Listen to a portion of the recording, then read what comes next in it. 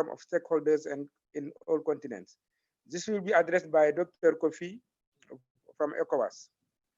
At the African level, there is a need for a number of consultations involving our stakeholders on the matter to ensure that West African voice is being heard.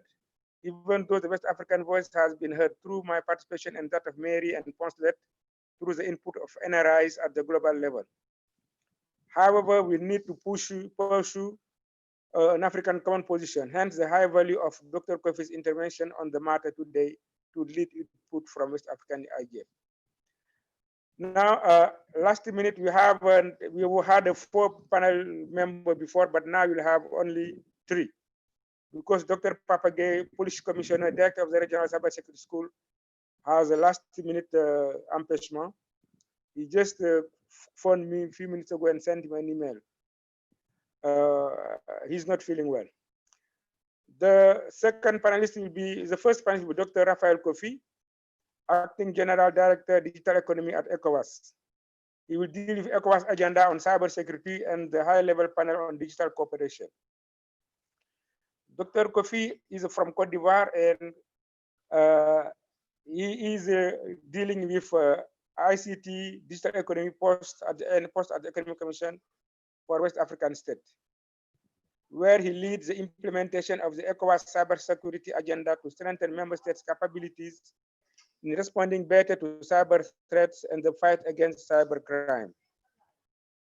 His other responsibilities include coordination and overseeing the deployment of ECOWAS regional broadband network,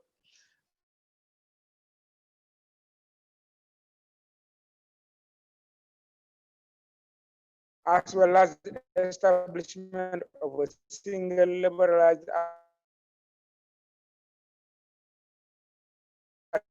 market in West Africa. He also coordinates the ECOWAS. Kofi has excellency from both the public and private sectors. He holds a second speaker, Francis, lecturer at the University Joseph Kizerbo. His name has been missing for the last 1 month, and I've been requesting to include him in the panel, and everything I sent, all his details, but up to now he's out of the panel. But he will be speaking. Please give him the right as a panelist and not as a participant. He will deal with cooperation between universities on cybersecurity training, capacity development, and research involving developing countries, especially Africa and ECOWAS region. Dr. Bisiande is from Burkina Faso. He's a senior research scientist affiliated to the Interdisciplinary Center for Security and Trust of the University of Luxembourg. He also lectures at University Cheikh Anta Diop of Dakar, University Virtuelle of Burkina Faso, and ENSTA of Chad. He is also the technical expert for the Ministry of Digital Economy Development of Burkina Faso. His research is funded through several research grants as well as by prominent industry partners. He has published over 70 research papers in computer science. He holds a PhD in journalist. E. Markovsky is a member of the IGF MAG, the International Governance Forum of the multi-stakeholder advisory group. He will deal with UN deliberations on cybersecurity and cybercrime and how the deliberations impact Africa and especially ECOWAS region. Veni is from Bulgaria. He is a NICAN staff, responsible for the relations with the United Nations, the UN agencies in New York, and the permanent missions to the United Nations. He was a CEO in the private sector for over a decade and was also chairman of the Bulgarian President's IT Advisory Council, member of several boards, including CPSR, ISOC, and ICANN. Veni is a renowned computer geek whose advice is sought by many international companies. He is a law graduate. Participants, stakeholders, please allow me to give the floor to our first panelist, Dr. Raphael Kofi. Kofi, vous avez la parole. Vous avez 7 minutes. Merci. Merci, monsieur le modérateur. Je vais mettre la vidéo, mais si la communication n'est pas bonne, je vais enlever la vidéo et je vais parler sans la vidéo. Est-ce que quelqu'un pourrait me lancer la présentation? L'équipe technique? est-ce que vous pouvez lancer la présentation? Ah, je l'ai envoyé. Folake Sandé. OK, Joshua, je vais commencer s'il n'y a pas de projection. Je vais, comme le modérateur l'a annoncé, je vais vous parler de l'agenda de cybersécurité de la CEDEAO et je vais brosser brièvement, disons, la coopération numérique des Nations Unies. Pour rappel, déjà, la CEDEAO a été très sensibilisée très tôt sur les problèmes de la cybersécurité et de la cybercriminalité. Et donc, déjà en 2010 et 2011, des textes communautaires ont été adoptés, notamment sur la lutte contre la cybersécurité, la cybercriminalité, pardon, les transactions électroniques et la protection des données à caractère personnel, avec l'appui de l'UNECA. Au passage, je voudrais encore remercier le modérateur Makan Fall, qui a été d'un appui important pour pouvoir faire adopter ces textes communautaires. Et donc, suite à l'adoption de ces textes communautaires, la CEDEAO a décidé d'aller un peu plus loin en lançant l'agenda régional de cybersécurité. Cet agenda a deux composantes, deux piliers principaux, la lutte contre la cybercriminalité et l'amélioration de l'environnement de cybersécurité. Ces deux piliers sont déclinés en plan d'action, en ligne d'action plutôt. Il y a d'abord l'élaboration des législations et des stratégies des politiques. Il y a la gestion de la cybercriminalité. C'est dommage que le commissaire Papagueye ne soit pas là. Il allait aller beaucoup plus en détail ce que c'est que la lutte contre la cybercriminalité. Il y a aussi l'action relative à la résilience des réseaux et des systèmes informatiques et le renforcement des capacités.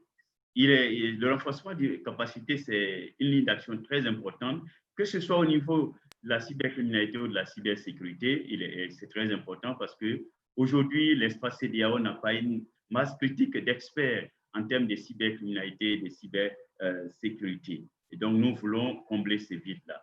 Et enfin, la coopération internationale, qui est aussi un élément fondamental, sachant que l'Internet est sans frontières. Un cybercriminel peut être basé de n'importe quel point du globe et commettre des crimes à l'autre point du globe. Donc, voilà un peu les grandes lignes d'action. Donc, dans ce cadre de la mise en œuvre de notre agenda de cybercriminalité, nous signons des partenariats avec plusieurs autres institutions et agences. Et donc, notre dernier partenariat, c'est avec l'Union européenne, qui, dans le cadre du projet Crime organisé, réponse de l'Afrique de l'Ouest à la cybercriminalité et à la lutte contre la cybercriminalité et au renforcement de la cybersécurité, nous avons signé une convention de 8 millions d'euros pour pouvoir appuyer nos États membres et la Mauritanie. C'est un projet qui a aussi englobé la Mauritanie. Donc, l'objectif global de ce projet, ça rentre en ligne de compte de notre agenda de cybersécurité, c'est de contribuer à améliorer la cybersécurité et à lutter contre la cybercriminalité dans notre espace communautaire. Donc, le premier objectif, c'est améliorer la résilience et la robustesse des infrastructures d'information au niveau de la CEDEAO et d'améliorer les capacités des principaux acteurs qui vont lutter contre la cybercriminalité. Donc, pour les grandes composantes de ce projet OCORC, qui sont en ligne avec l'agenda de cybersécurité, parce que lorsqu'on préparait l'accord de partenariat, nous sommes assurés que les actions qui vont être déclinées dans ce projet sont en ligne, respectent le cadre global de notre agenda de cybersécurité. Et donc, les grandes composantes, il y a l'amélioration du cadre stratégique, la sensibilisation des usagers à la cybersécurité et les décideurs politiques. Vous savez, les failles informatiques ne viennent pas souvent des gestionnaires des systèmes informatiques, mais plutôt des usagers. Et donc, il faudrait développer une sensibilisation des usagers pour qu'ils soient beaucoup plus prudents lorsqu'ils utilisent l'Internet. Il y a aussi l'amélioration des capacités à gérer les incidences de sécurité. Donc, pour cela, je vous dirai un peu ce que la CEDEAO attend de ce projet. Au niveau de la composante cybercriminalité, c'est essentiellement d'améliorer le cadre légal de lutte contre la cybercriminalité. Vous savez, la cybersécurité, je dirais, c'est en amont et la cybercriminalité, c'est en aval. Si vous avez sécurisé votre système informatique, votre réseau informatique, vous aurez moins de cybercriminels qui vont y attaquer et donc vous aurez moins de cybercriminels. Mais lorsque le crime est commis, il faut pouvoir lutter contre ces crimes-là. C'est en ce moment que nous avons besoin des forces de police judiciaire pour pouvoir mener les enquêtes. Mais les enquêtes ne peuvent pas se faire de façon individuelle. Comme je l'ai dit tantôt, le cybercriminel peut être basé en Amérique latine et commettre un crime dans l'espace CEDEAO. Et si vous voulez faire rechercher les preuves électroniques, c'est-à-dire les traces au niveau de l'informatique pour le retrouver, il faudrait coopérer avec ces autres États membres qui sont un peu partout dans le monde. Donc, la capacité à renforcer la recherche des preuves électroniques et à coopérer avec les autres partenaires via des législations appropriées est importante. Et donc, c'est pourquoi il y a la Convention de Malabo, mais aussi, surtout pour la cybercriminalité, la Convention de Budapest qui définit un cadre réel de coopération. Donc, pour finir avec l'agenda des cybercriminalités, je voudrais vous donner quelques résultats attendus de notre agenda.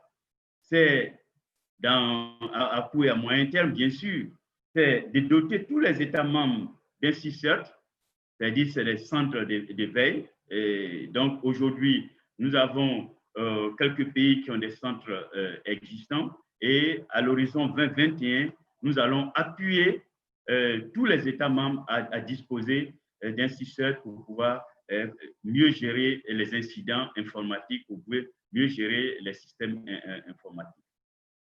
Nous comptons aussi à l'horizon 2022 doter également tous les États membres des laboratoires d'investigation numérique. Comme je l'ai dit, lorsque le crime est commis, il faut pouvoir faire des investigations pour mettre la main sur les criminels et les poursuivre en justice. Et l'autre défi, c'est que nous voulons doter notre région à l'horizon 2025 d'un centre régional de cybersécurité. Et nous travaillons dans ce sens. Et au passage, je voulais remercier notre institution sœur, qui est la Banque d'investissement et de développement de la CEDEAO, la BIDC, qui nous a octroyé un appui pour lutter contre la cybercriminalité. Enfin, au niveau formation, nous voulons faire la formation des formateurs pour pouvoir avoir une masse critique d'experts en cybersécurité et en lutte contre la cybercriminalité. Il faudrait former des experts au niveau de notre région.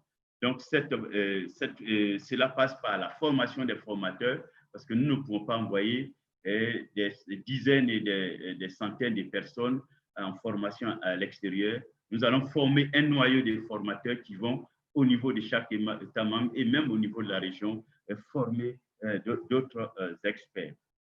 Et enfin, continuer à accroître notre coopération régionale.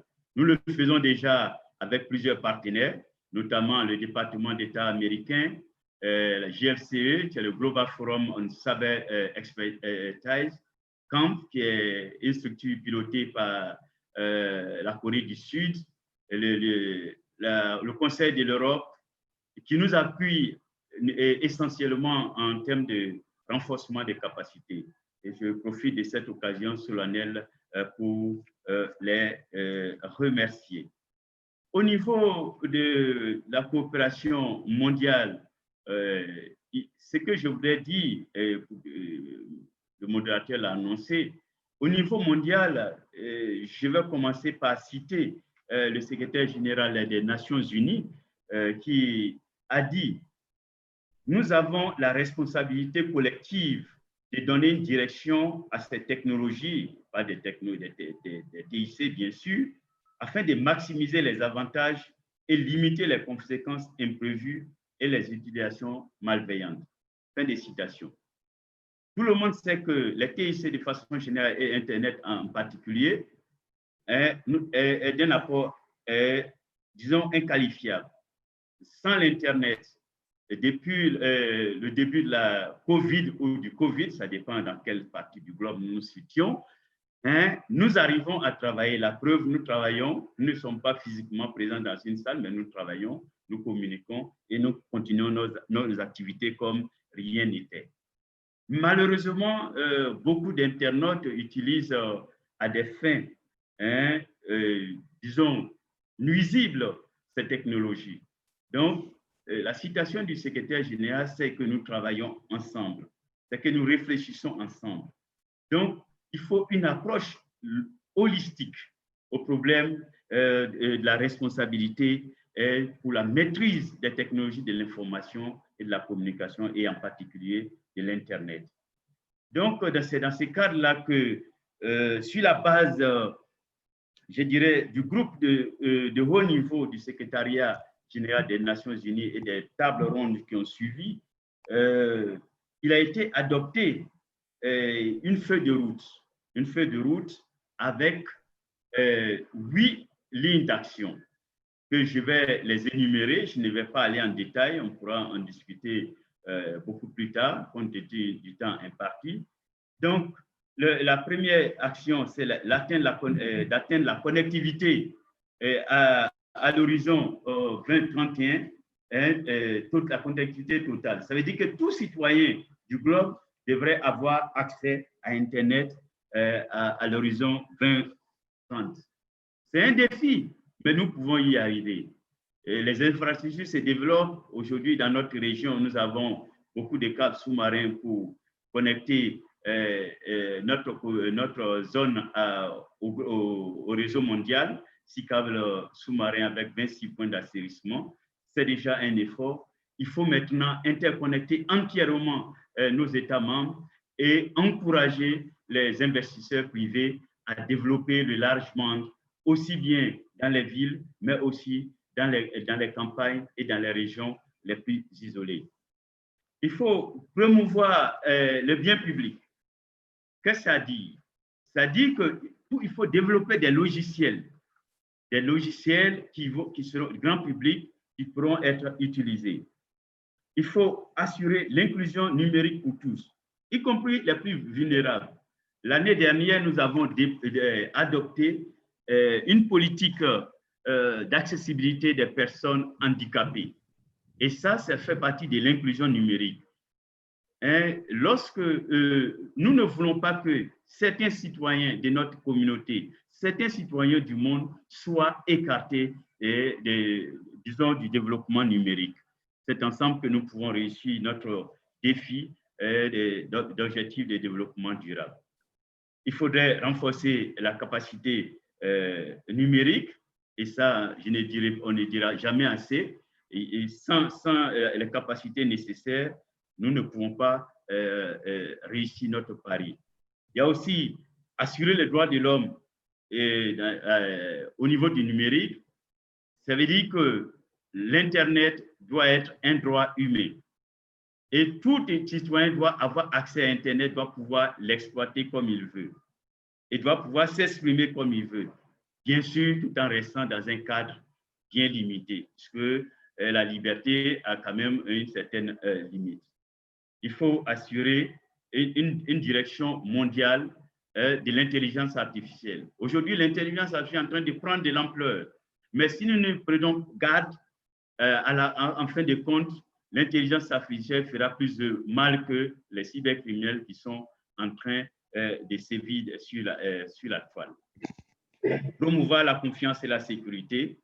Si les citoyens ne sont pas sécurisés, ils n'ont pas confiance aux outils qu'on leur met à leur disposition, évidemment, ils ne pourront pas les exploiter.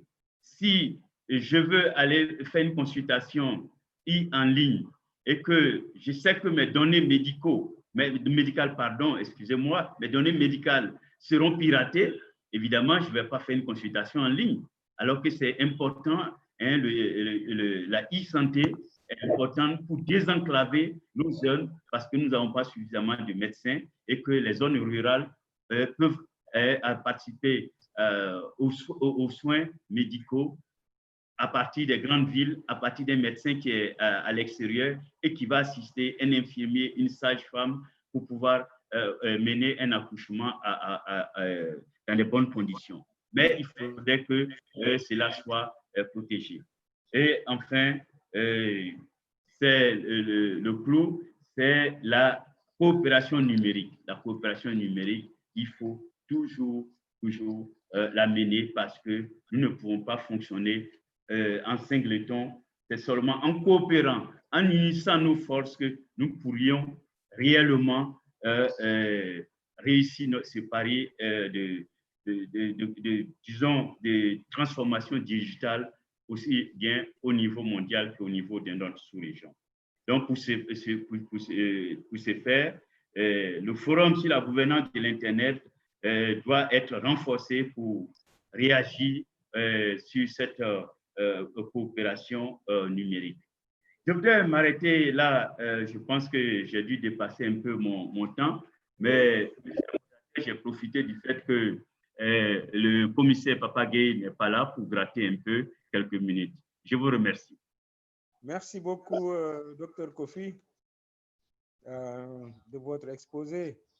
Je pense que les gens ont bien apprécié. Pour ne pas dépasser le temps, je pense que nous allons directement appeler Dr Bissiandé Francis du Burkina Faso. Dr Bissiandé, vous avez la parole. Ok, merci. Je vais essayer de le faire en anglais parce que je vois que la traduction ne marche pas forcément bien à cause des deux sons qui apparaissent en même temps. Est-ce que je peux avoir la possibilité de présenter mes slides?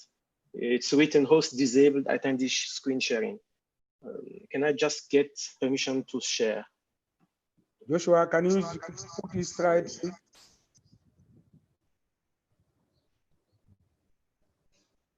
Or you allow him to share? Yeah.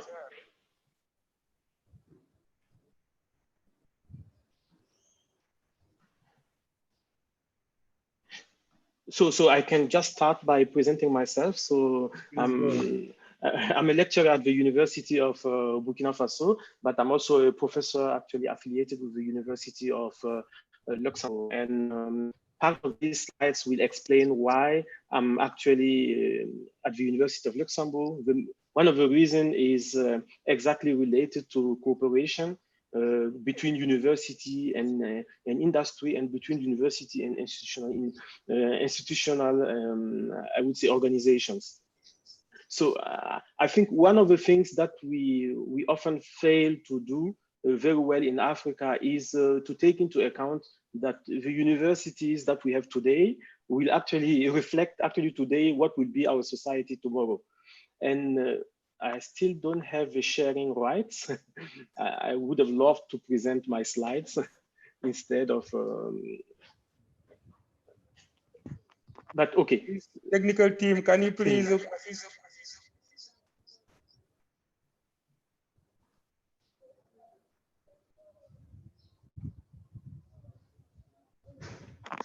Lisa, you can share your slide.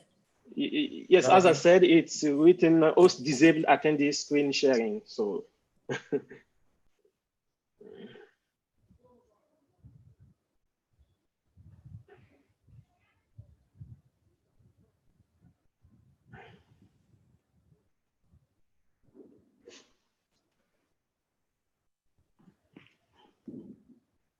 You can share your slide now, sir. Let's Yes, now it's okay. Good. Thank you. Thank you very much.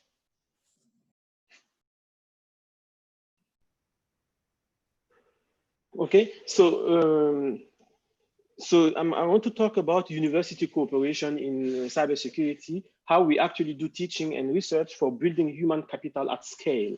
Okay, because at scale is the key word here. So my name is Tegawende Bisiande. So I'm actually a professor at the University of Luxembourg, but I also lecture at the University Joseph Kizerbo in Burkina Faso, where I actually come from.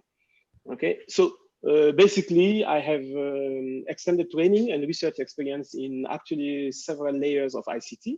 I was first a telecom engineer, and before doing my PhD in operating systems, so computer science, pure computer science.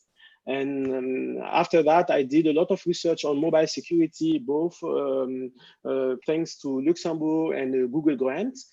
And I have currently students, so from Africa and with Chinese professor, we are working on application of artificial intelligence for cybersecurity. And with partners from Senegal and Chad, we work a lot on vulnerabilities of smart contracts and also vulnerabilities of mobile money. So why am I in the Interdisciplinary Center of Security and Trust at Luxembourg? It's because this is a key example of a research institution, academic research institution, that tries to do research with industry partners and also government offices to help the Luxembourg economy and also and beyond European economy and even economies worldwide to deal with cybersecurity, IT security. Basically, and it's been working very, very well. So when I was asked actually to do this, to talk about cybersecurity and university cooperation, all I had to do was just try to Google, you know, what are the university curricula that exist in cybersecurity in the ECOWAS. If you Google for Burkina Faso, if you Google for Senegal, if you Google for Mali, if you Google anyway, you will not see that many entries. And yet we are all talking a lot about cybersecurity. And so my fear is that it would look like we are talking about cybersecurity, but we are not doing the fundamentals for cybersecurity. And this fundamental is, let's go back to school and train people from the ground up. Okay, and in 2020, I was very much surprised to see that there has been many new cybersecurity curricula that appeared, because I've been following this closely. Just in Burkina Faso, there are 3 new schools that started master in cybersecurity.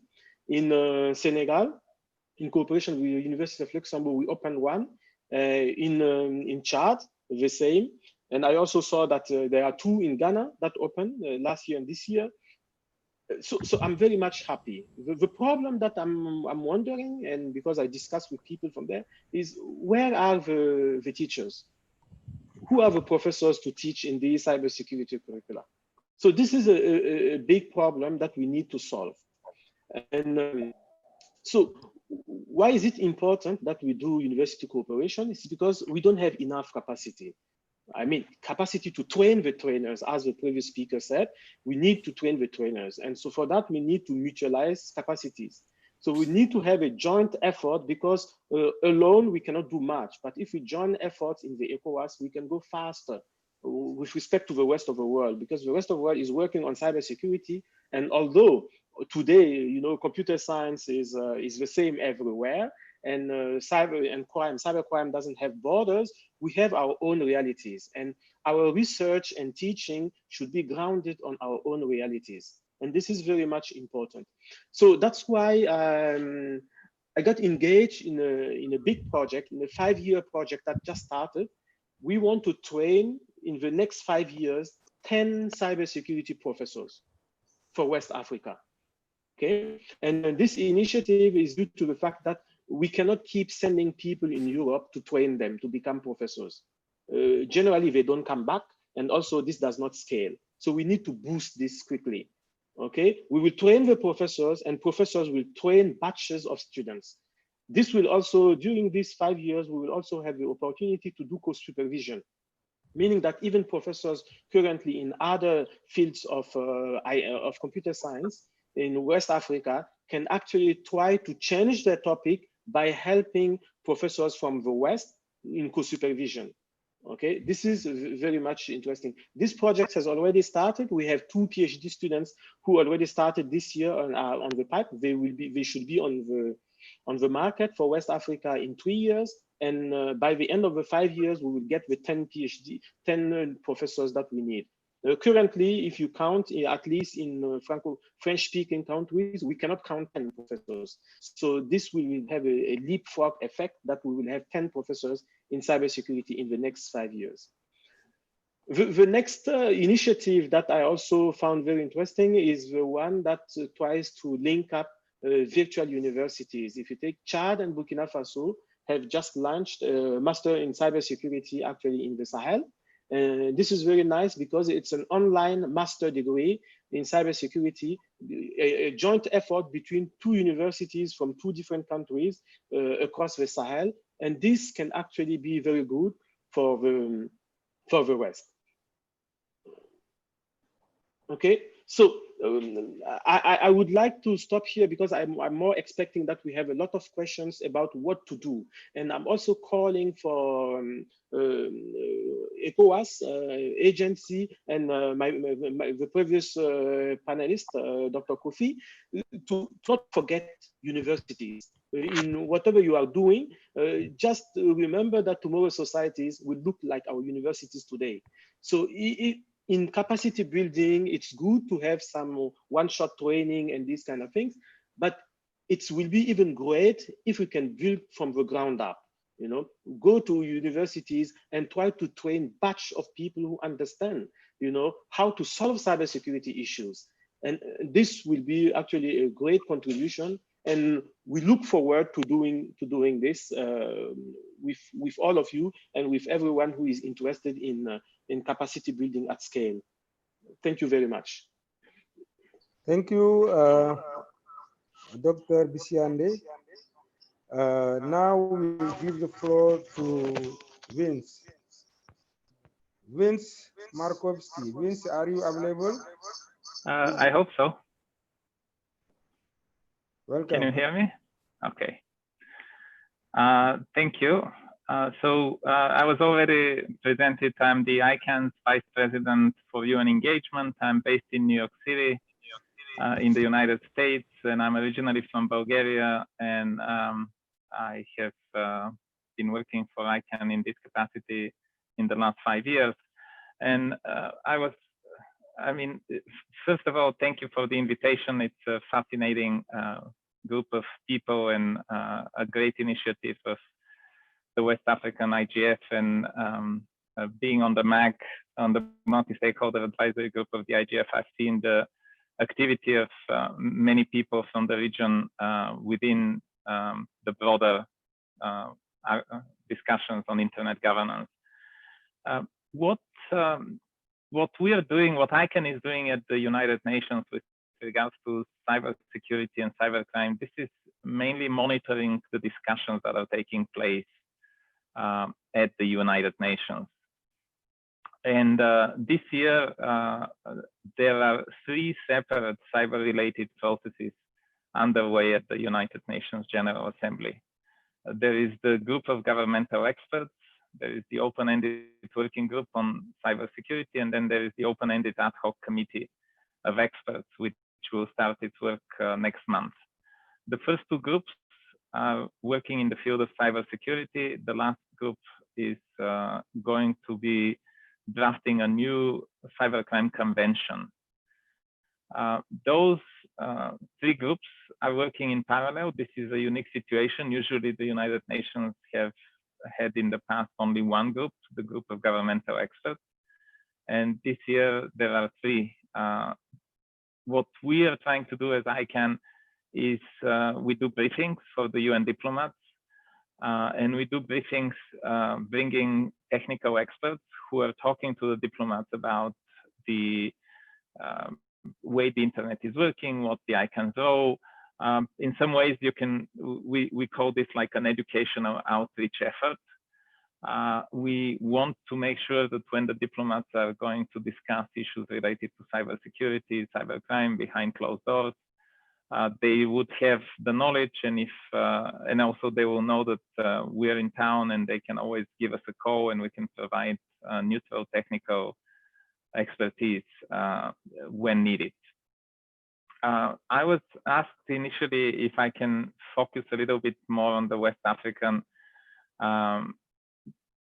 participation in those groups, and I'm going to put in the chat a couple of links for the people to see. So the first link is the Open-Ended Working Group web page. It's actually full with a lot of information that people might look into, including information coming from the different countries in different regions. These are comments on the pre-draft report of the chair of the group. And for those of you who are not familiar with the UN processes, it may sound a little bit too complicated, but basically there is a pre-draft which is being discussed and will continue to be discussed until the end of the year. And then early next year, the chair of the Open-Ended Working Group will publish a zero draft report, which then will become the final report of the group. The group of governmental experts, which I also put a link in the chat window, is the other group, which consists only of 25 representatives from 25 member states. And you would see you would see the list of countries, and they are regionally distributed evenly among the different groups. So you would be able to see whether your country is a member or not. The Open-Ended Working Group is actually consists of all 193 member states of the United Nations. And the last thing which I will put, the last link which I will put, is actually a paper that ICANN prepared earlier this year. We published it at the end of February. And it's actually a description of what is happening currently at the United Nations with regards to cybersecurity and cybercrime. The United Nations has become more and more involved in these discussions. So I highly recommend that people who are interested in this area continue to follow the discussions there to the extent possible. The way to do that is either through the national delegations to the UN. If people are interested, they should reach out to the foreign ministries of their country and talk to them and see whether they need expertise or help, or in any case, information of the discussions that are taking place, and engage with them, because that's a very helpful thing we found out with a number of countries that do allow representatives from the technical community, civil society, non-governmental sector, businesses, etc., to participate in these discussions. I would also suggest that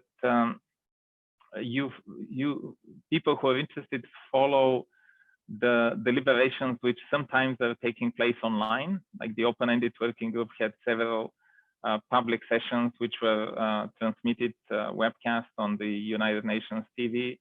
And also they had once a public consultation with more than 100 organizations participating.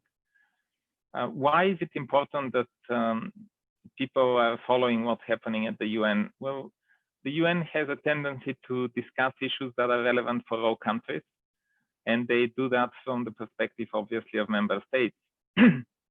So it will be extremely helpful and useful for the general internet users who have interest in that area to actually understand what's happening at the UN, and understand also how this might impact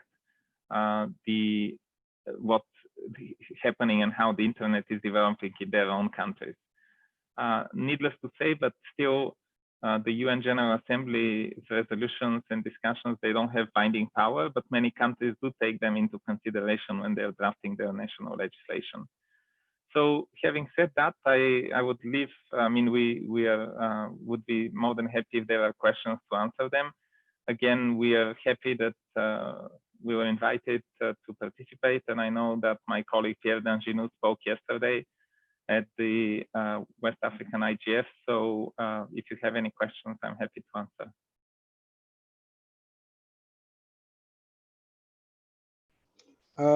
Thank you very much, Vinny. Now, colleagues, we have 15 minutes for the discussions, the questions especially. Doing a bit of small summary. Dr. Kofi has spoken about the ambitious ECOWAS program on cybersecurity, which needs full involvement of member states and stakeholders. He spoke also about the UN Secretary General's recommendation and how it impacts the continent and ECOWAS. Dr. Bisiande presented cooperation process in cybersecurity capacity building and made a plea for mass training of cyber experts. He also stressed the involvement of ECOWAS. Veni underlined the work by expert groups in the UN, capacity building, and especially also awareness raising for the diplomats who are there, for them to be able to support, to understand what is going on there and support the activity of cyber experts. He provided a link with ECOWAS member states' involvement in the work of those groups and advised participation of countries via the delegation at the UN. So the floor is open now for brief comment and questions because you want to use full time.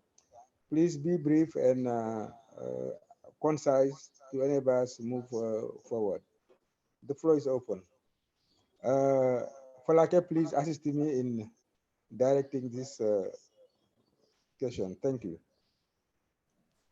All right, there's a question for Dr. Kofi, and Hervé from Togo is asking about Dr. Kofi speaking about national certs. Hervé would like to know, will there be a regional cert? Kofi? Raphael, you have the floor. I should take all the question. Is only one question? At the moment, we only have one question, but I'm sure by the time you finish this question, other questions may filter through. OK, OK. Merci, Folake. Et effectivement, la priorité pour le moment, c'est d'accompagner nos États membres à avoir des certes nationaux. Et comme je l'ai dit, et peut-être comme la présentation n'est pas passée, nous comptons mettre en place pas un CERT régional, mais un centre régional de cybersécurité qui va jouer un peu cette fonction de CERT régional. Donc, c'est pas, en fait, dans un premier temps, ce serait un centre plutôt de coordination au niveau de la région CEDEAO. Mais si le besoin se fait sentir, on pourra effectivement évoluer vers un CERT régional. Étant entendu que lorsque les CERT seront installés, et même avant que les CERT ne soient installés, nous allons conduire ce que nous appelons les cyberdruids, des exercices de coopération entre les différents CERT nationaux. Donc, dans un premier temps, nous avons opté pour pouvoir faire une coopération à travers des cyberdrills, des exercices de cyberdrills entre les CERT de notre région et par la suite avoir un centre régional de cybersécurité pour coordonner les actions au niveau de la région pour tout ce qui concerne la cybersécurité, la lutte contre la cybercriminalité. Et sachant que nous, au niveau de la cybercriminalité, nous avons des structures aussi qui travaillent comme Interpol, WAPIS, West African Police Information System, avec qui nous travaillons en partenariat pour que le partage d'informations des cybercriminels soit beaucoup plus fluide et les échanges d'informations et la coopération soient beaucoup plus efficaces. Voilà pour le moment la réponse que je voulais accorder. Je voulais donner, pardon. Merci. Merci. Il y a d'autres questions, commentaires? At the moment, we don't have any other questions, but there is a general question which I can ask to all the panelists, and it is a question that says, how does an ordinary citizen, the layman on the street, if they are involved in a cybercrime attack, how do they get prosecution? So how do they get the legal entities involved if they've been a victim of either a cybercrime or cyber threat? Je pense que dans tous les États membres, il y a une procédure de saisine lorsque vous êtes que ce soit dans le monde réel ou dans le monde virtuel, lorsque vous êtes victime d'un fait, vous portez plainte. Et donc, dans le cas d'espèce, il y a des structures qui sont dédiées au niveau national vers qui vous pouvez vous approcher pour qu'ils puissent faire les enquêtes. Et les officiers de police judiciaire que nous formons en cybercriminalité sont là pour ça. Vous avez été victime, vous portez plainte auprès de ces autorités-là et ils vont mener les enquêtes pour pouvoir rechercher votre victime. Là, à ce niveau, ce que je pourrais dire, mais je voudrais apporter un petit commentaire sur ce que mon collègue panéliste de l'Université de Luxembourg a dit. Nous n'oublions pas au niveau de la formation les universités.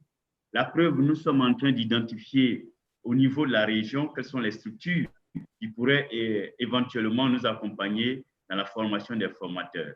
Nous avons déjà identifié le centre régional de cybersécurité de Dakar.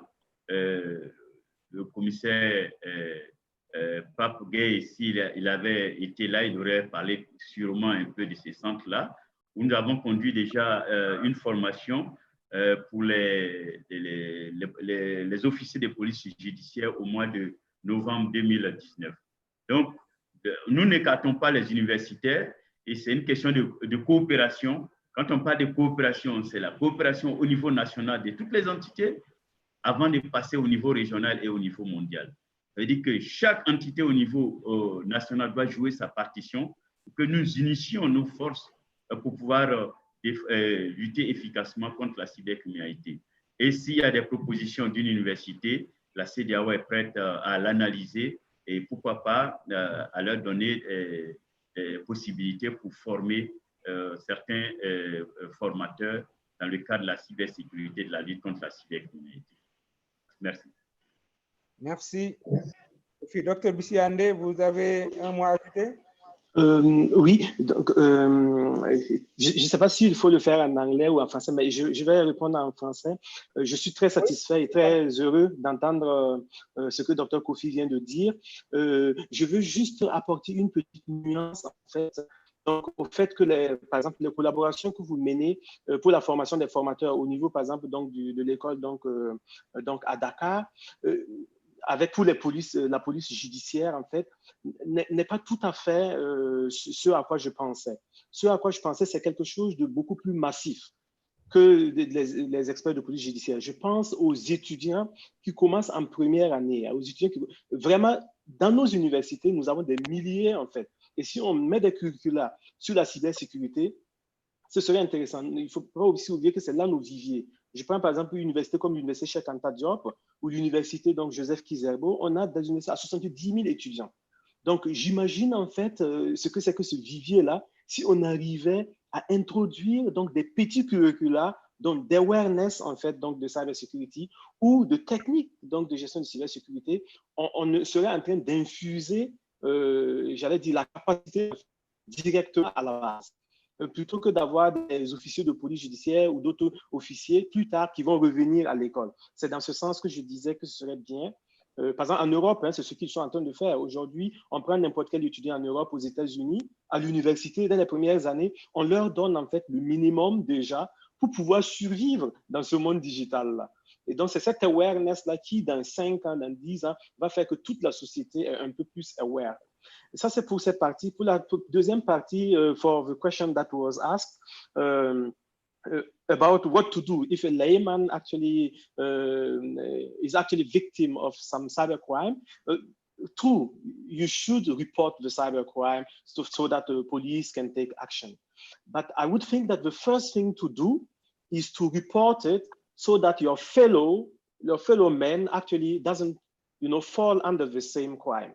So this is the role of cybersecurity response teams. They generally have what is called some malware information sharing platforms where we can actually take this kind of information so that it can be actually we can be used to sensitize other people not to fall in the same crime again.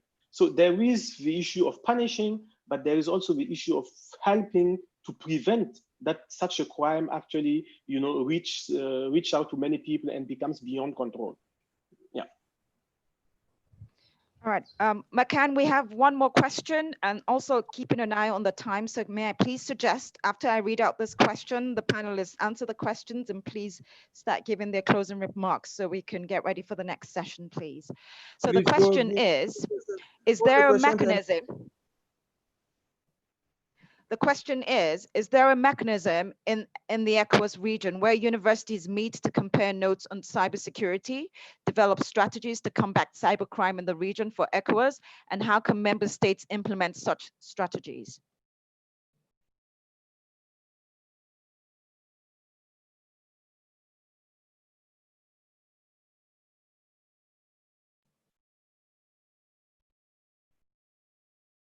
Did everybody hear the question?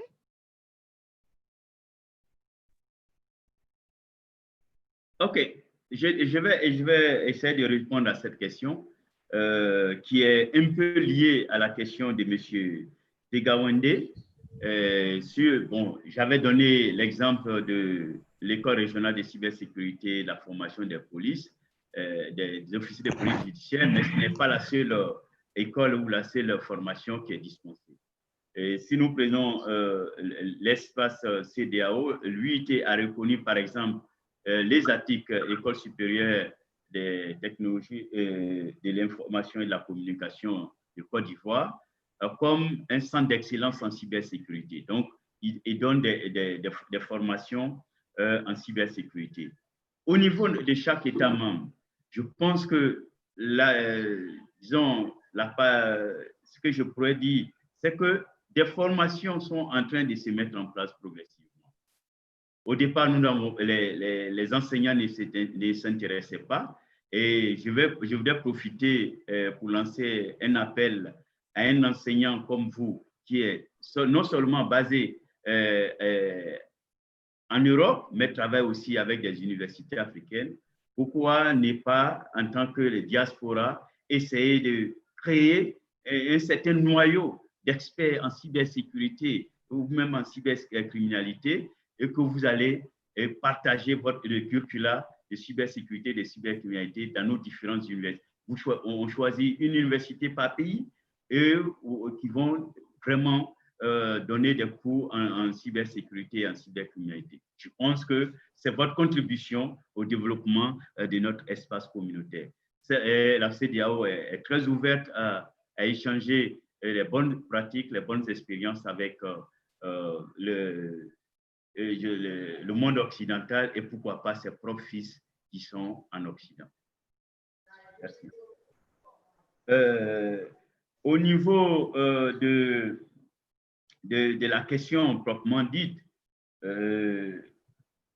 nous n'avons pas encore mis de mécanismes en place, mais ce sont des réflexions qui sont en cours, qui vont faire que nous allons, dans le cadre des projets que nous sommes en train de mener, essayer de développer peut-être un curricula que nous pouvons valider avec certains pays, certains experts, et pourquoi pas mettre à la disposition des États membres. Mais encore, il faudrait-il avoir des experts pour donner la formation idoine qu'il faut à nos jeunes frères et nos jeunes sœurs. Voilà ce que je peux dire en ce moment. Merci. So I would just like to say that it's really great, and I'm really happy to have been here and to have met many people who can actually get me on board or get us on board or get on board to the initiatives that we are doing.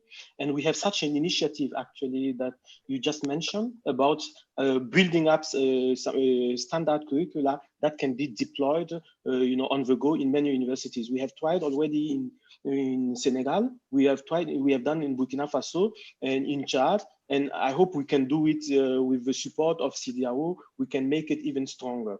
For the question about the best practices, there are lots of things online already about practices, but it's true that it would be nice if a community in West Africa could actually try thinking about best practices that reflect the constraints and the context of the ECOWAS. it would be nice. And best practices can exist in many things.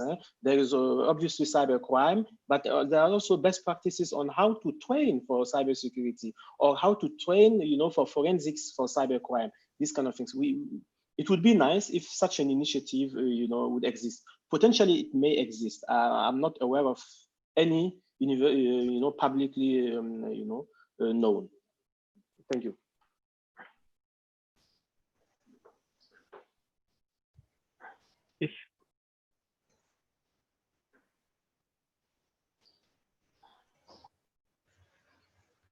If I can say also towards the end, couple of sentences. It is during those discussions at the UN on cybersecurity and cybercrime, it is extremely important that you urge your countries and representatives to be actively engaged and involved, and provide people who participate at the West African IGF, provide advice, expertise, help of any kind to the national government, so that they're more interested and prepared to participate in these discussions.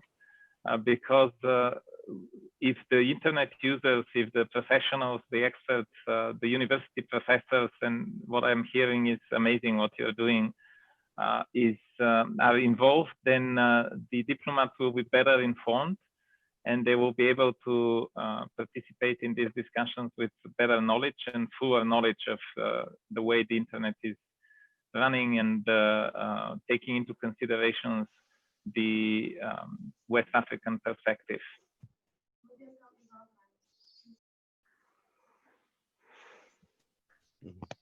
Thank you. Thank you, Vinny. Thank you, everybody. Thanks all panelists. I think in order not to run out of time, we will conclude the panel from here, and we thank all people who have also participated. I wish to thank also the rapporteurs, and hope that they will be getting us the right information on time, because we have received from Dr. Kofi yesterday, Dr. Kosi Amesinu yesterday, very good report in French, so it will be translated into English today. We want to move along the presentation, and hope that all the reports will be made available on time. Thank you all panelists, and thank you participants for your participation. We look forward to receiving you at the next session. Thank you. Bye-bye. Thank you. Bye-bye. Thank you. Bye-bye. Thank you very much, panelists, and thank you very much, Makan. There are questions in the Q&A, so please, panelists, don't leave the meeting yet. I would please appreciate if you could just answer those questions that haven't been answered in the chat room. The next session will start in 10 minutes, but before that, we have a little interlude, so stay on. Thank you.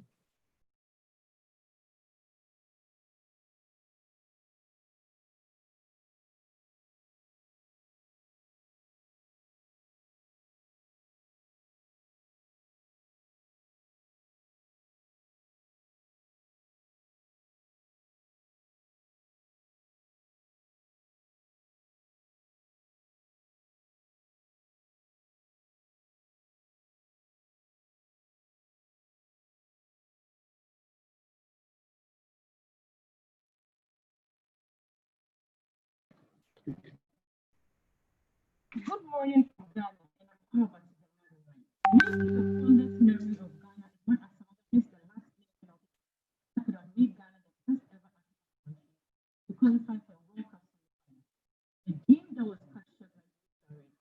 But there is more to Ghana.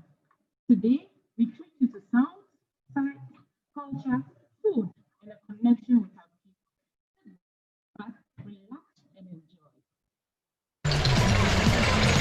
Ghana's culture is diverse, with about 24 million people composing of a number of ethnicities. The natives speak many distinct languages and dialects, despite English being the country's only official language. Various museums offer a glimpse into the ethnography of the Ghanaian people, while archaeological galleries feature the collections dug up from ancient sites. Music is an important part of Ghanaian tradition, and there are 3 distinct local sounds. Ethnic music,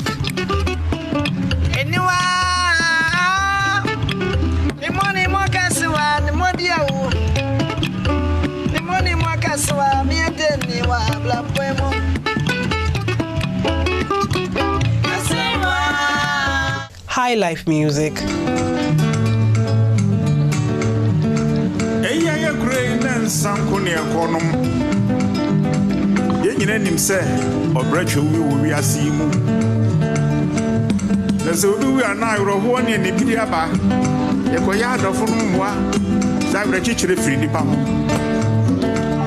and choral music.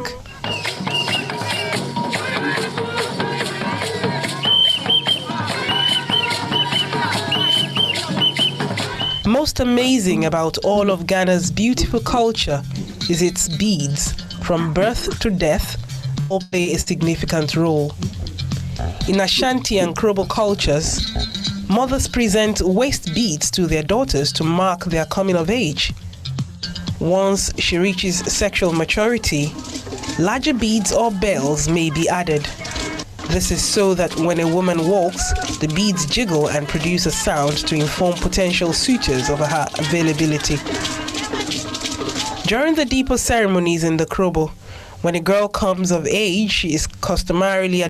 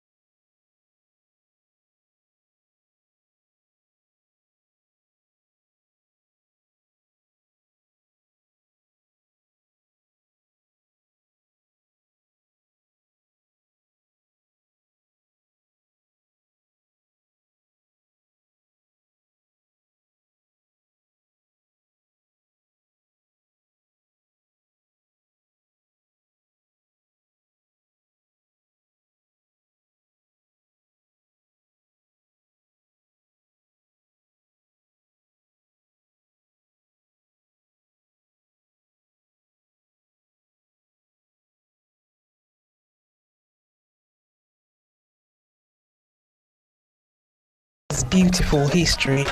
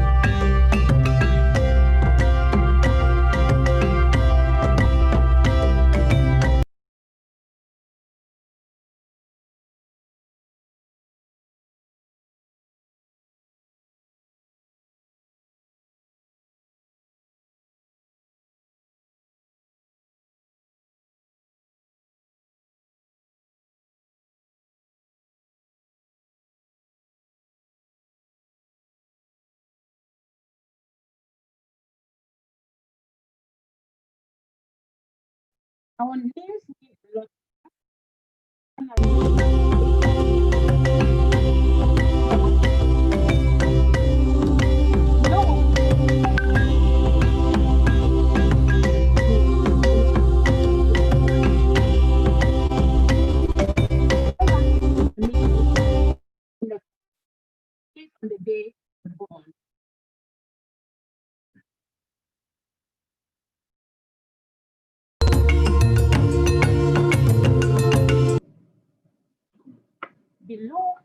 and projected in your screen are they born names from the ethnic group in Ghana, which is the largest one, African ethnic group. Tell us what your name is based on the day you were born in the chat while you listen to the song we have for you from Ghana.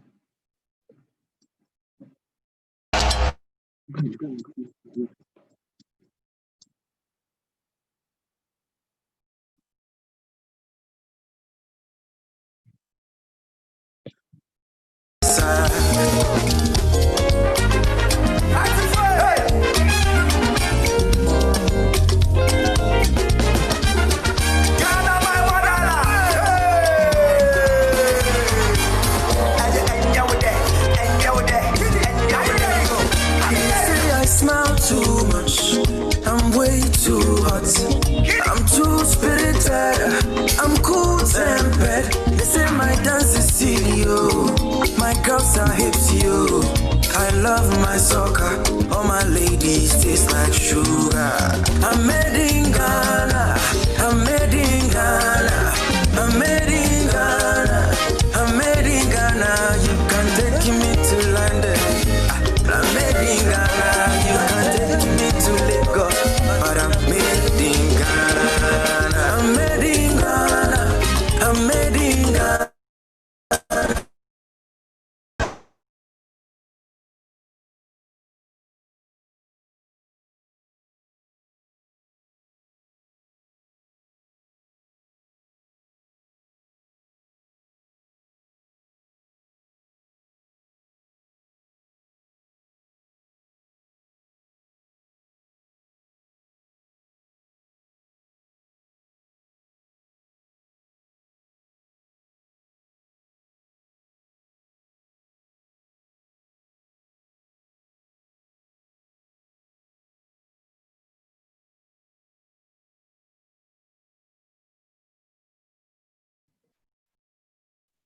Thank you for staying with us. October to the Netherlands.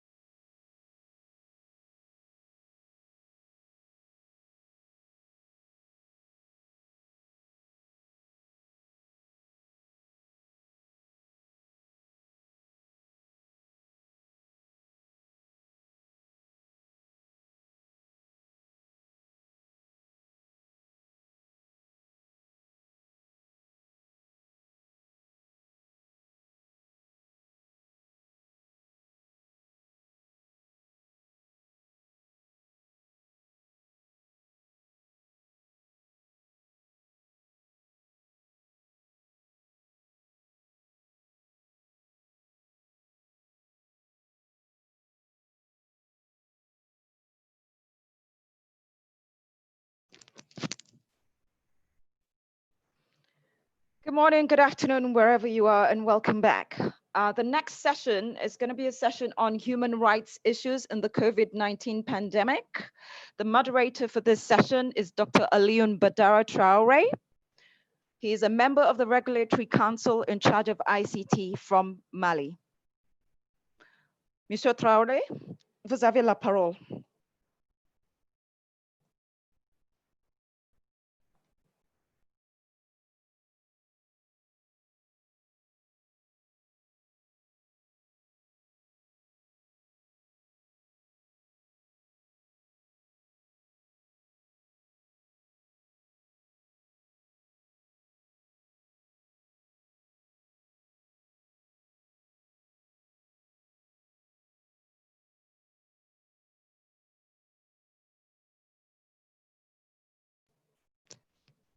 Apologies, panelists. It seems as your moderator is having technical issues, so please bear with him.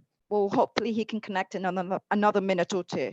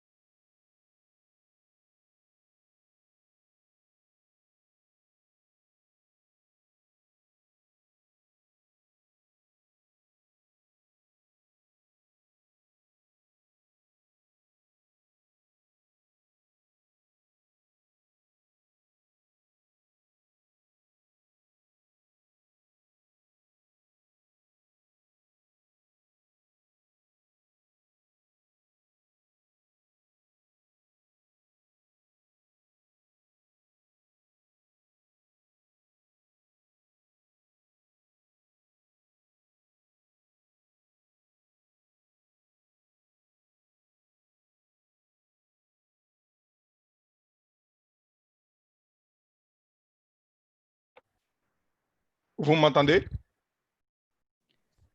Oui.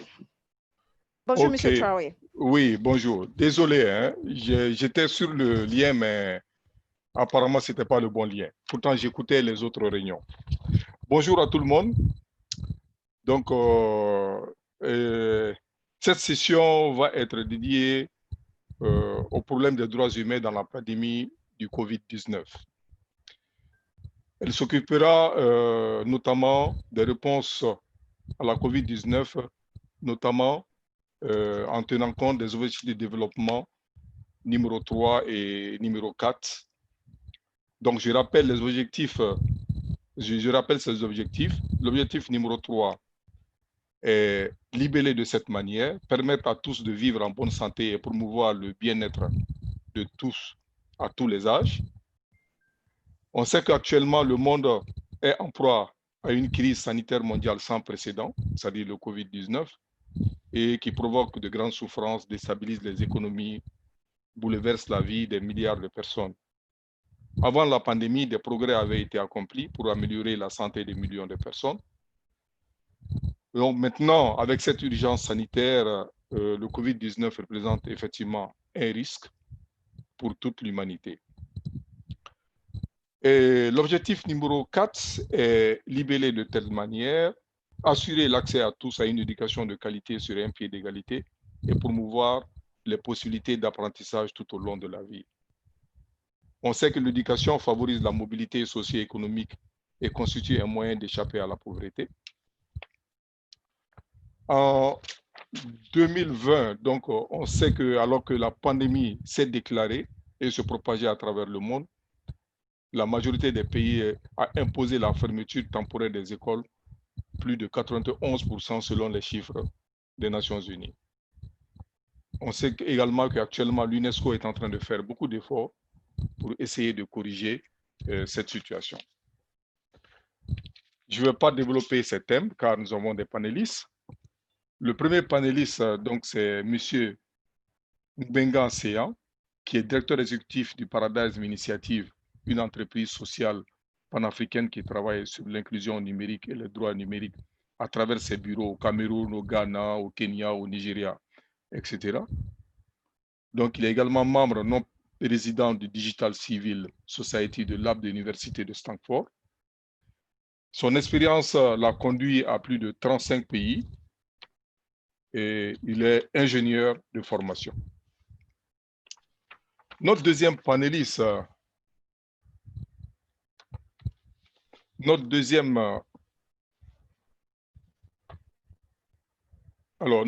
panéliste, c'est M. Scott Campbell. Il est spécialiste principal des droits de l'homme et de la technologie au Haut Commissariat des Nations Unies aux droits de l'homme, où il dirige leur engagement sur la technologie et les droits de l'homme.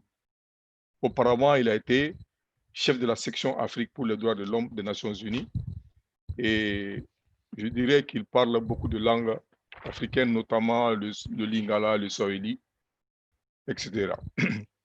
Le troisième panéliste, c'est une dame, Nanlope Agouberege. Elle est professionnelle du développement international avec plus de 18 ans d'expérience locale, régionale et internationale. Elle est professionnelle de la santé publique avec une formation en économie politique de la santé et du plaidoyer. Elle est actuellement conseillère spéciale principale à la direction générale de l'Organisation ouest-africaine de la santé, où elle met sa riche expérience dans le développement.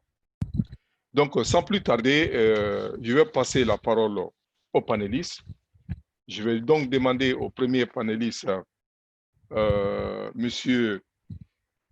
Mbenga Seya, donc de faire son intervention. On a donc deux grandes interventions. On a nos interventions qui seront axées sur deux grands sujets, comme je l'ai dit tantôt, les objectifs de développement durable numéro 3 et numéro 4. Monsieur Mbenga, vous avez la parole.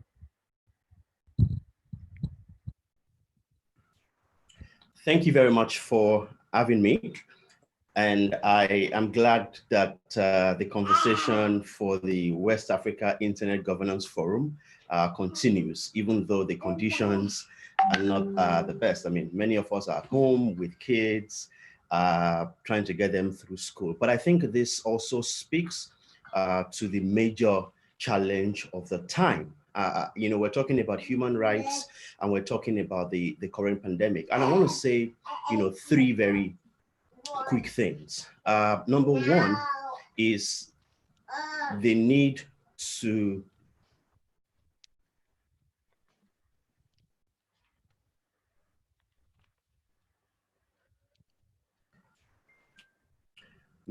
the fact that we are currently witnessing something that, you know, requires a lot of trust. And when I say that requires a lot of trust, various institutions definitely need to work together.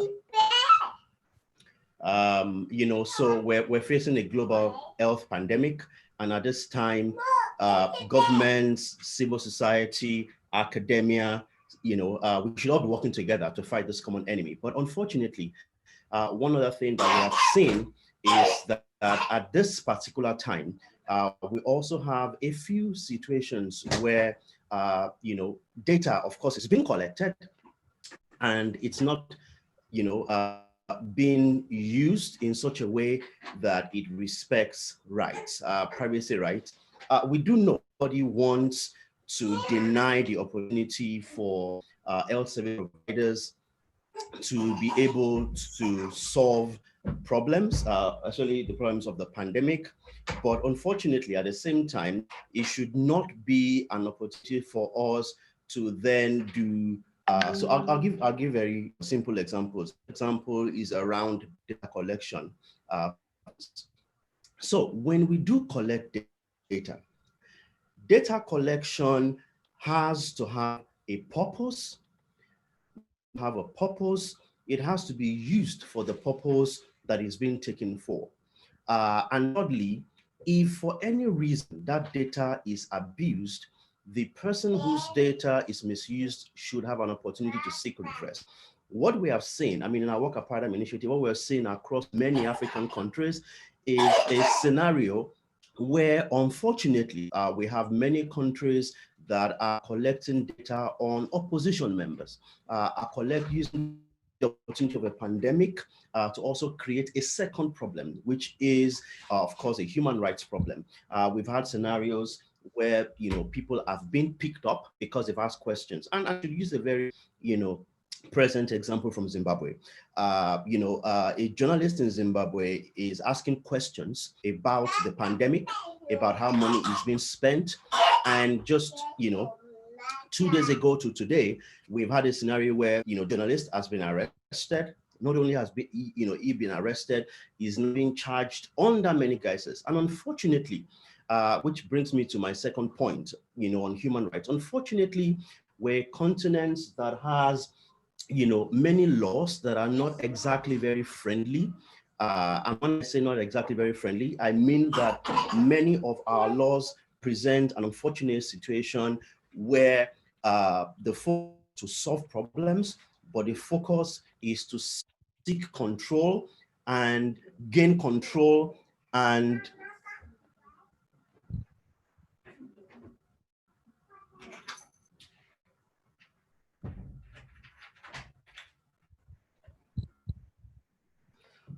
the situation, unfortunately, is where we have laws that allow people to, you know, to retain control and to question people who ask questions. And I think this is unfortunate. Over the last 5 years, 4 years in particular, the last 4 years, Paradigm Initiative has been producing what is called the Digital Rights in Africa report. And what we have seen in this report is the reason we are not surprised when we see some of the violations that are happening during this pandemic. And by the way, these human rights abuses have been documented by different organizations, including ours. Glad to see people speaking up and saying that, yes, we're fighting a common enemy, which is the virus. This is not a time for us to lose trust in each other between government and companies and civil society, but it is important that someone keeps records. And the reason for this is because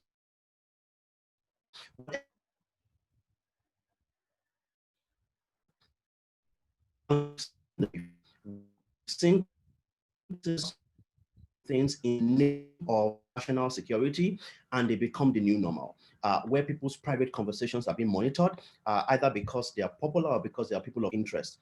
So my first point is the fact that we have a global health pandemic.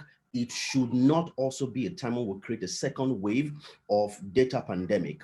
And secondly, we are a continent that has many laws, many of which are not rights respected. It is unfortunate that, you know, even when we're speaking about a lot of data collection at this period, we do not have up to 30 countries on the continent that have data privacy laws, which means that if I as an individual or anyone has their data abused, they do not have the opportunity to seek redress. And I think we need to work hard on this. And my thought, by the way, and final point is for us to focus on the opportunities. Right now, you know, a few minutes ago, you would have heard my daughter and my son in the background. And the reason for that is because they're all at home, learning from home. When kids are learning from home, that is not a time when we should be hearing about internet shutdowns in Chad or in Ethiopia, which we have heard about, right? During the same period, how do the kids learn if the platform where they should be learning has been shut down, or the platform where they should be learning is not available? I think Africa has a unique opportunity to use the lessons we've learned during this COVID period, now that we know that internet is a fundamental need. We have said before that internet is a fundamental right, and if there were any time in history that this will prove to us as important, it is now. If our kids, Africa already has a few disadvantages in terms of economic opportunities, in terms of technology competition, but if we don't want to repeat a cycle of disadvantage, then we need to make sure that our kids, our young people, and everyone has the opportunity during this period to use the internet to learn. It is the same platform that we also are using to work. My office has been working remotely since March 24, and that's going to be happening for a while longer. And that means that if people do not have internet access, they can't get work done. If they don't get work done, there will be no economic benefits at the end of the month. If there's no economic benefit, then we're dragging ourselves back as a continent. So I think, and I don't want to say this in too many words, but I want to say that number one, we're creating, unfortunately, we're creating a second problem during this health problem. And that is a problem of abuse of data and abuse of human rights. And we need to stop that. The second is that we have an opportunity to address many of our laws that have, challenges. We've recently reviewed the EPOCA. That's the law in Tanzania that, and some of these laws are very, very interesting, to say the least. If as a country, Tanzania says that we're going to ask people to pay licenses of now around $27 before they can start blogging, because we want to earn revenue. If Uganda is saying we're going to introduce taxes before you can get online, now we heard that Zimbabwe is considering charging, TV licenses for anyone that can, radio licenses for anyone that uses a mobile phone, because you can use that to access the radio. When we put those bottlenecks in the way of our people, what we're doing is that we're creating an unfortunate category. We already have those who are connected and those who are not connected, the unconnected. We're creating a third and unfortunate category of the disconnected. Disconnected because of economic barriers, disconnected because of laws and policies that don't favor us, disconnected because during a pandemic, when we should be focusing on solving the problem, we're creating a second wave of problems. I'd like to stop here. If there are questions, I'm happy to take them. And I look forward to what the other panelists will share on this topic of human rights and this pandemic that requires for all of us to work together instead of creating second and third and fourth wave of problems. Thank you.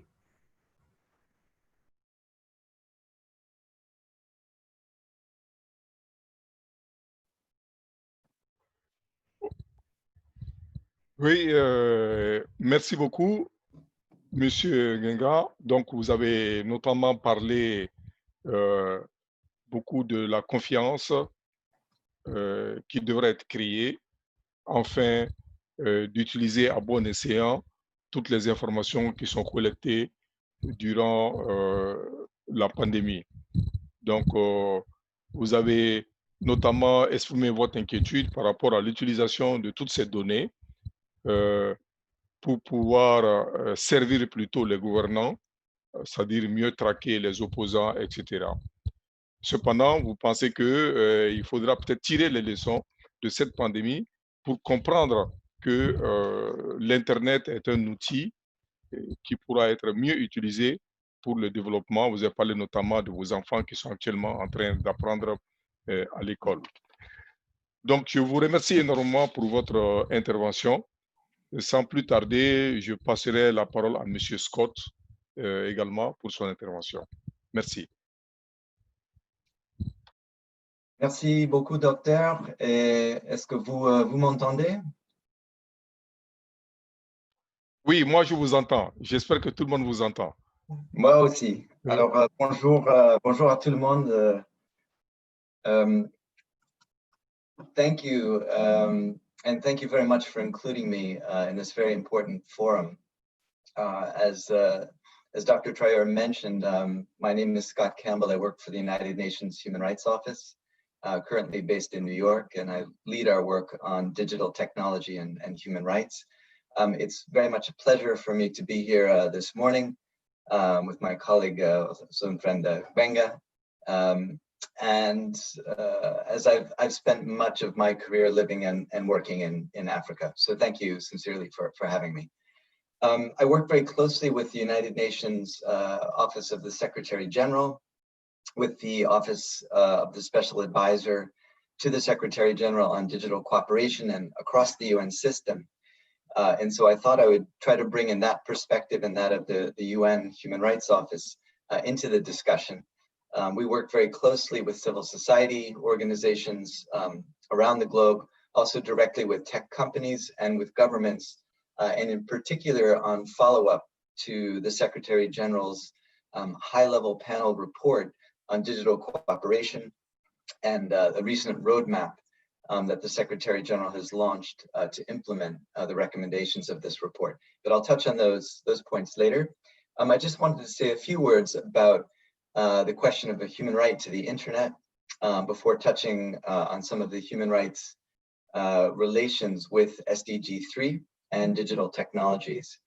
I think, firstly, on the internet as a human right, there is, in fact, much philosophical debate over whether there is or there should be a right to the internet itself.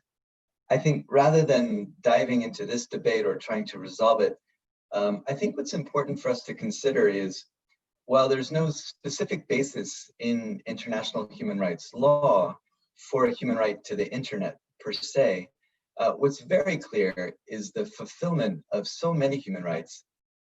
It depends on access to the internet and how important it is for all of us, for states, for the United Nations, for civil society to be promoting access to the internet. The internet is, of course, such an important enabler of many other human rights. In particular, access to the internet allows us to seek information, to receive information, to share information of all kinds and almost instantaneously, and also relatively inexpensively and across many parts of the globe, of about half the planet where there is connectivity. So by vastly expanding access to the internet, of course, we increase the right to freedom of expression and access to information. And the internet can serve effectively as an enabler of many social and economic rights through online business, through political participation, and civil and political rights as well. This leads me to the next point, and on a crucial issue that I want to touch on, of internet shutdowns. Some states have taken measures to cut off the internet altogether, and I should note that many of the international human rights mechanisms and our office, our High Commissioner for Human Rights, consider that cutting off users from the internet, blanket shutdowns, regardless of the justification provided, are considered to be disproportionate. And that's a violation of the relevant international law, of note the International Covenant on Civil and Political Rights. And we believe firmly that any restriction needs to have a clear basis in law, be necessary, and the least intrusive means while protecting the rights of others. And this is incredibly important, I think, at this time of the COVID-19 crisis, it's very crucial that governments refrain from blocking access to the internet. I think also important to mention are efforts by the UN Secretary General in the United Nations that have been very engaged over the last few years in promoting universal access to the internet by 2030, as noted in the SDGs. And I'll come back to this later in the discussion, and what the UN has been doing concretely and is proposing concretely to increase access to the internet. But before I close, just a few quick points relating to the right to health, as internet and digital technologies play such a crucial role in advancing progress towards fulfilling the right to health, but also serve as a double-edged sword, and Gbenga referred to a few of them, as digital tools and social media can also pose certain human rights risks. So while access to clear and accurate information on COVID-19, for example, is so important today, and if you have a smartphone, if you have access to the internet, you can use digital technologies to track and to trace COVID-19, there are a number of important challenges. Digital technologies, of course, are being used with social media to spread disinformation and misinformation on health in general, and today in particular around COVID-19. We've also seen very high levels of hate speech and stigmatization amplified through social media, and increasing discrimination against minorities, ethnic minorities, various nationalities. And this is something that's not new, but has been exacerbated in the COVID-19 era. Linked with that, there's also a risk that states use this proliferation of hate speech to create legislation, laws, decrees that may include criminalization for very vaguely defined offenses of hate speech. And whereby we have seen examples of governments defining hate speech very broadly, and thus using laws to suppress any form of speech that may be critical or may present an opposing view or one that's not in favor with authorities. And thus we've seen severe limits on freedom of expression, freedom of assembly and association, and at times a general chilling effect on participation, and an increase in the trend of shrinking online space. I think Gbenga touched on the questions of data and the rights to privacy. These, of course, tie in very, very closely with some of the public health initiatives to use technology to try to improve the response, the public health response, improve tracking and tracing capacity through using apps and digital tools. But of course, that comes with great risks of the right to privacy. But I'll leave it at that for now, and look forward to questions. Thank you.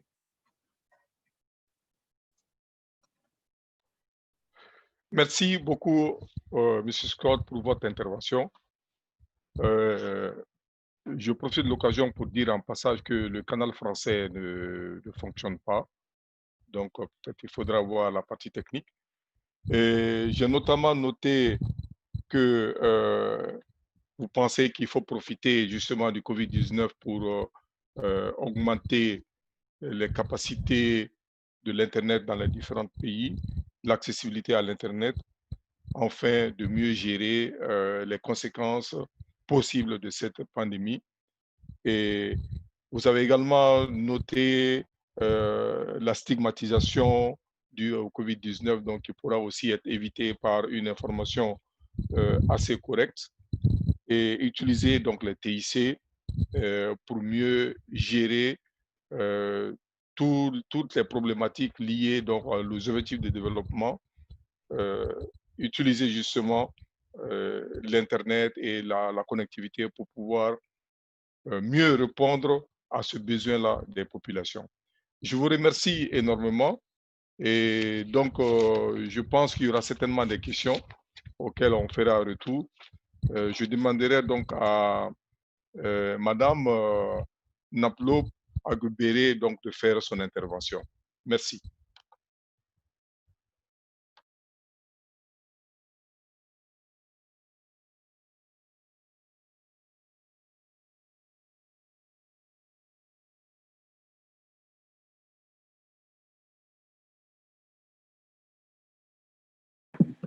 Good morning, good afternoon, whichever part of the world you are.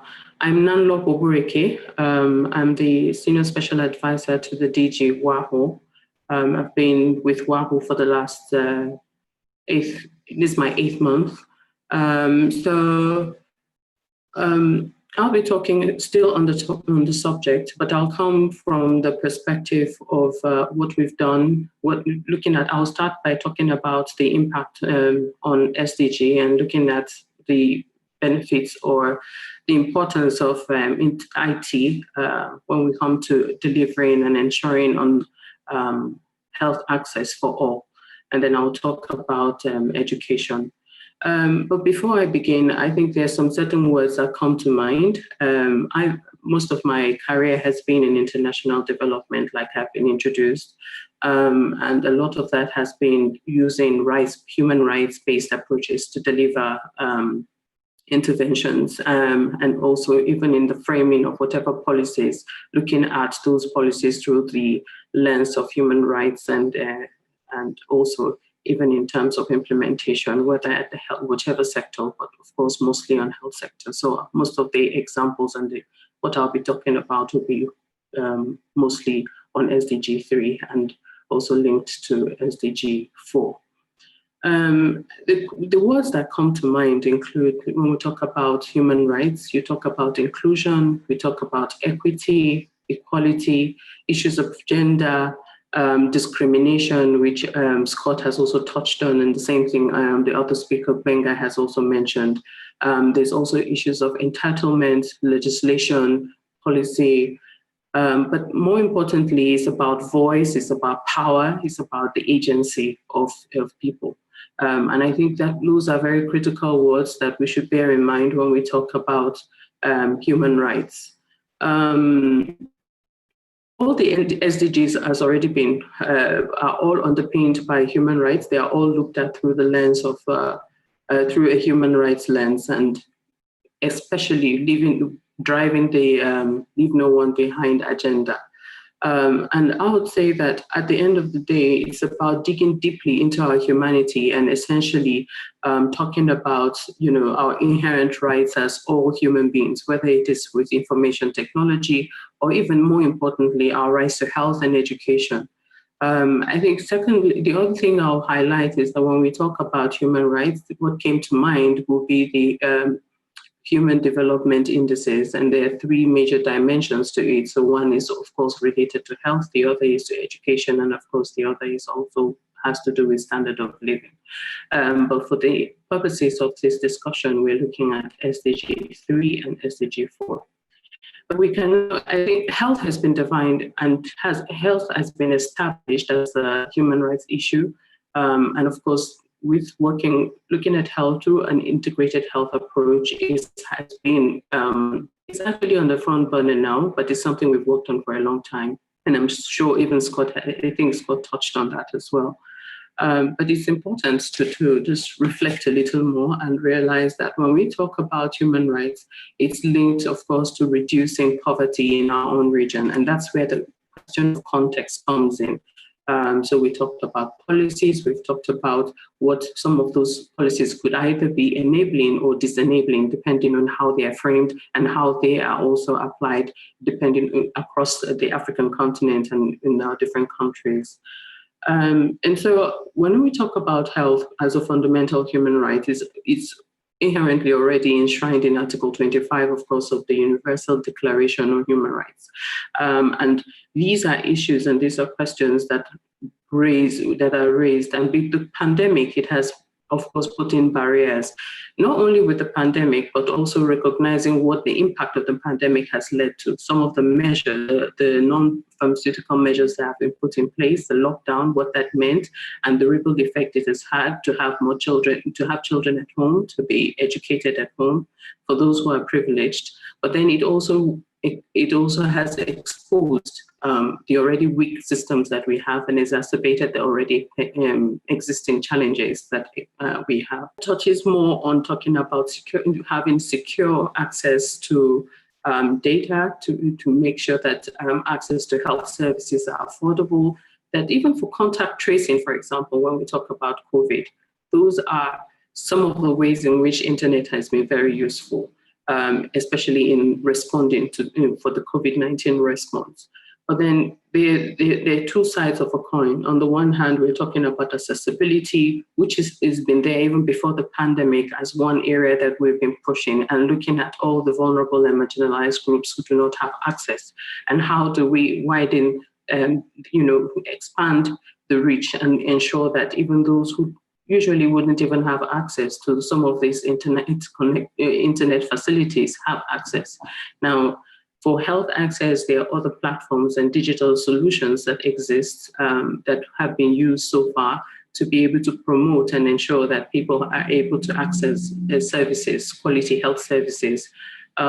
So far, within the region, there have been questions about how we ensure that people get tested. I'll use that as an example.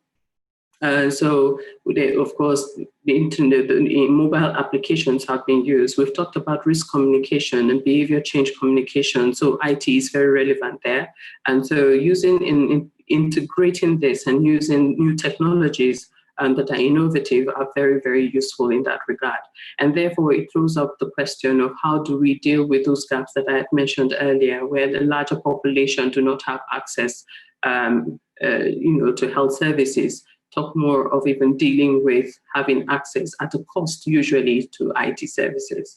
And I think all of us here, most of us have in one way or the other, will be determined or categorized as those who are privileged, who have access to these resources. But we should not forget that almost 60 or 70%, depending on which country, live below the poverty line and therefore may have very limited access. And therefore it's an important conversation to have. I think just to put it in perspective a bit, I think it's important to also understand that over how many million, about 11 million, I think from the last data that we're aware of Africans are pushed into poverty daily. And all of this is because they keep seeking healthcare abroad. You have also those who, even if those who can even afford it, who go to Europe. But the pandemic throws in another thing into the wheel. Not many people are able to fly out. We have to be able to rely on our own already weak systems within the region. But how this provides, when we talk about IT solutions, that also throws up the opportunity to strengthen our systems for data collection, analysis, disease surveillance, even for health professionals to be able to do their work, to be able to track those who are affected by COVID, and even also to address the issues of essential health services and strengthen access. So yes, I think overall, when we talk about health, the SDG 3, and we talk about the role and the place of IT within that, there's already conversations on e-health solutions, digitalization, but we know that we've not reached there, and it's good to know that this conversation has started. So the call lines are available, hotlines are being used for people to call for testing when it comes to COVID, reporting of results, disease surveillance or contact tracing, and a lot has been happening with data collection and aggregating this data, information. But then it throws up the question of security and the use of data. Social media has been touched on with erroneous information and how harmful that can be. But then on the flip side, how do we make sure, the rhetorical question will be that we're actually using this to be able to strengthen and ensure that we're able to put out the correct information using different platforms, IT platforms. So moving on, and I'll go straight on to education and talk about quickly before then, actually, I think for WAHU, there's been a lot of work that we have done to build or strengthen the technical capacity within the 15 member states. And this conversation started when we convened, when WAHU convened the digital health, brought in all digital health platforms to be able to adapt this and have a discussion on the challenges post-Ebola, and taking those lessons from there to see what we could do to strengthen the public health use of information, health information management systems. And so we have a policy, and that is what is driving the work that we do within the region or the sub-region. But for education, I won't say so much. I think it's been discussed extensively because Menga has touched on it, and he has a practical living experience because we could hear his children in the background. But I just want to touch on a few things. One is just recognizing that even while our children go online, cybersecurity, which was the discussion that we had before our session, is very important to be sure that children who are unsupervised are able to just do their work without any distractions and not, going into sites that are a challenge. And that in itself are also some of the, when we talk about IT protection and thinking about protection of not only those, but then this webinar in itself is our new normal. We've had many webinars, but it is also an indication of the importance of IT to be able to communicate and provide correct information and share information and learn from each other. But then virtual and online education for adults and for mostly adults, universities and academia has also been something that has been done, but it's also much more to the fore. But most affected are children in primary and secondary school. So that touches on questions on censorship when we talk about the internet, when we consider children who are online, but it also brings up the issues of the larger population of children who are out of school because of this. And because they don't have access to IT. And then that really increases the importance for why it should be integrated within the systems, whether it is for access to quality education, whether it's also, and it needs to be affordable for them to be able to access this, just like any other sectoral issue. But to be able to address this, I'll need to touch on collaboration, the importance of partnerships, dealing with the civil society, and recognizing how partnerships is very important and critical between the government, because it's the connecting thread that links all of this together. And so when we talk about human rights, it is a right of every individual to have access to internet, because it has the impact and the implications to strengthening even our responses, whether for pandemics, but also broadly for the health sector and other social determinants. Is also part of some of the contributors to strengthening our economies and reducing poverty overall. So thank you very much, and I'll end there. Thanks.